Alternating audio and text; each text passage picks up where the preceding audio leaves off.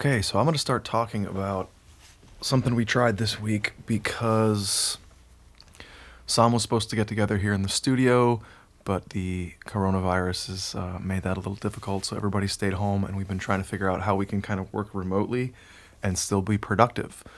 So this video is sort of an out-of-the-box way to maybe record drums remotely or just kind of talk about different ways you can change your workflow. So Duncan, our drummer, is at home in New York, and he set up his drums in his living room. He does not have any real recording set up there, so we had him throw up his iPhone, and he did a live video with a click track. So he used in-ears. He had the BPM, so he had the click coming from his computer and had his phone out in front of the drum kit.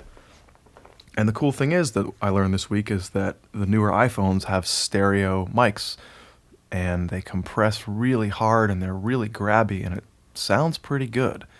So let's watch a little bit of the video that he did.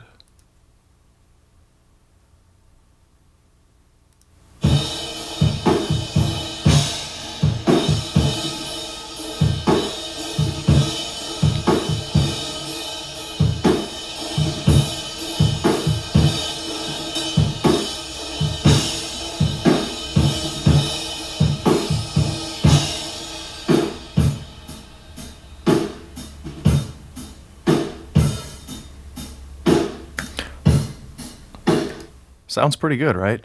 So that is just an iPhone mic. The drums sound really big.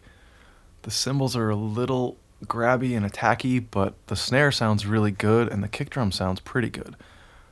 So what I did was I imported that into Pro Tools, into a bunch of scratch tracks, and I just imported the audio from his drums. So this is just the drums.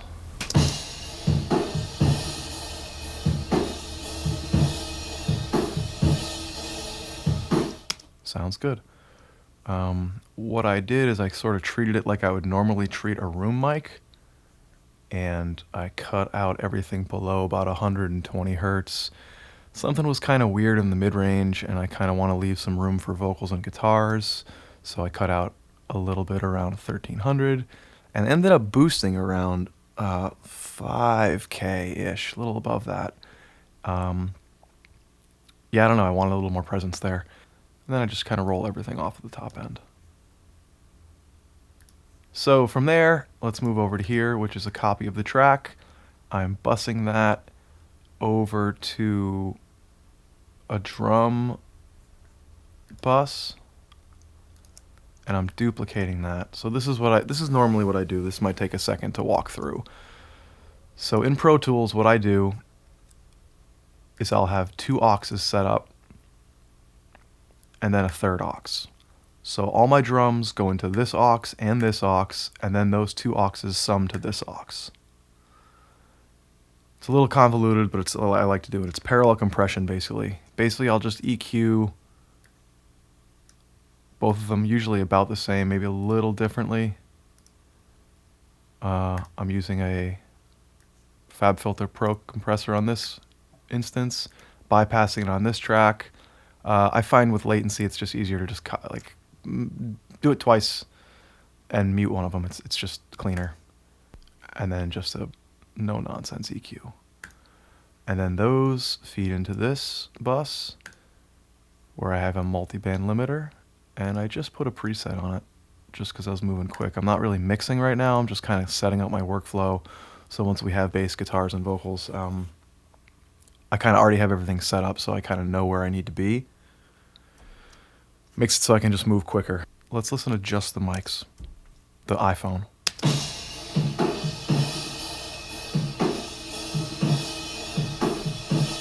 So now it just sounds like a really compressed room mic, stereo room mic, which is cool.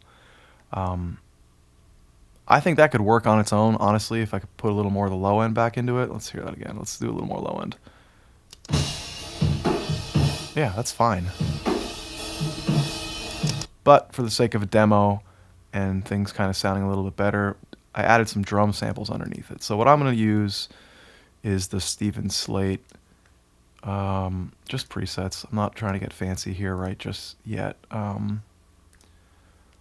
So what I ended up using is just, I think I just used the CLA Hybrid Classic. These are really dry, and on their own they sound a little too processed, but in this case they sound good. So what I had to do was just go through and paste MIDI on each of the hits. So it's just the kick drum and the snare drum. Luckily there aren't too many tom hits, but I just added the toms here. I did them on separate MIDI tracks just because it's easier to keep track of. If you miss a hit, it's easier to just jump back in and fix it. So, took about a half an hour to do one song. Kind of worth it. Let's hear just the samples.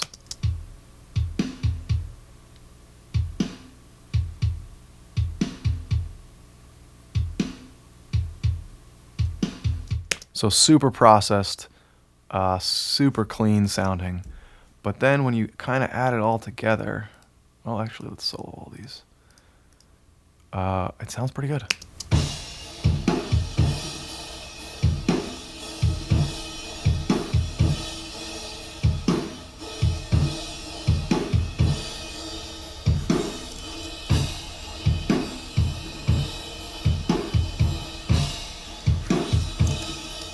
Let's jump to a drum fill too.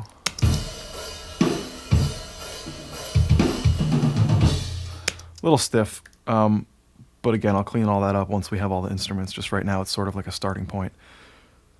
I really like the way that the hi-hat sounds when he moves to the hi-hat.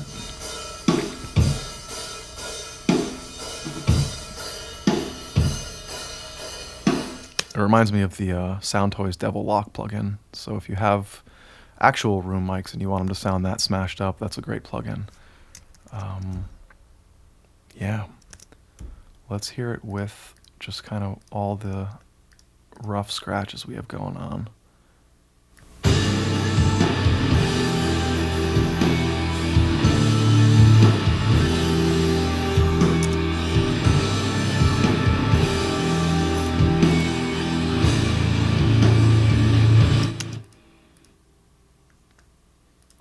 And just if you want to see what I would do for a quick demo master, I just have a master start EQ set up.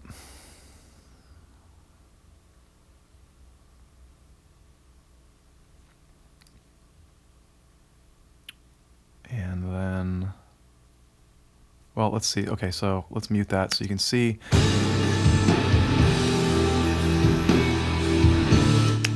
It's a little loud, so I'd probably bring all that down, but I usually want my entire mix to be at about -3 before I add the quick EQ and the quick limiter. I love the Fabfilter stuff. Kind of can't beat it. It sounds awesome. I'd probably start with this, bring out the beat, and go to probably about 6 dB of limiting. Let's hear that.